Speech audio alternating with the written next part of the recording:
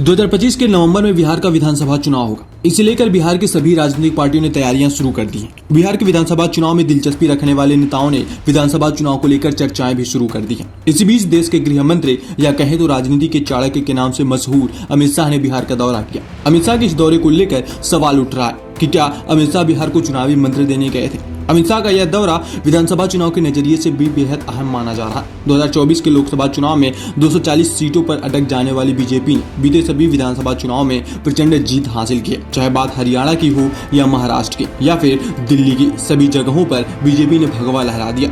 लेकिन सवाल कि क्या बिहार में भी ऐसा होने वाला है। केंद्रीय मंत्री ने न केवल बिहार का दौरा किया बल्कि कई सार्वजनिक कार्यक्रमों में भी हिस्सा लिया। इस दौरान बीजेपी और एनडीए के सहयोगियों की बैठक भी हुई। माना जा रहा है कि इस बैठक में बिहार विधानसभा चुनाव को लेकर भी चर्चाएं हुई हैं।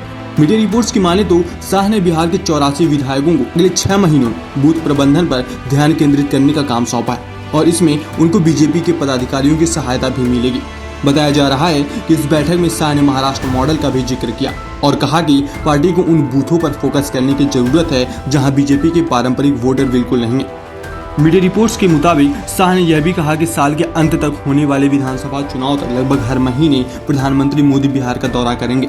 लेकिन सवाल यह है कि क्या चुनाव के पहले ऐसा संभव है जब प्रधानमंत्री बिहार के विकास के लिए हर महीने दौरा करें।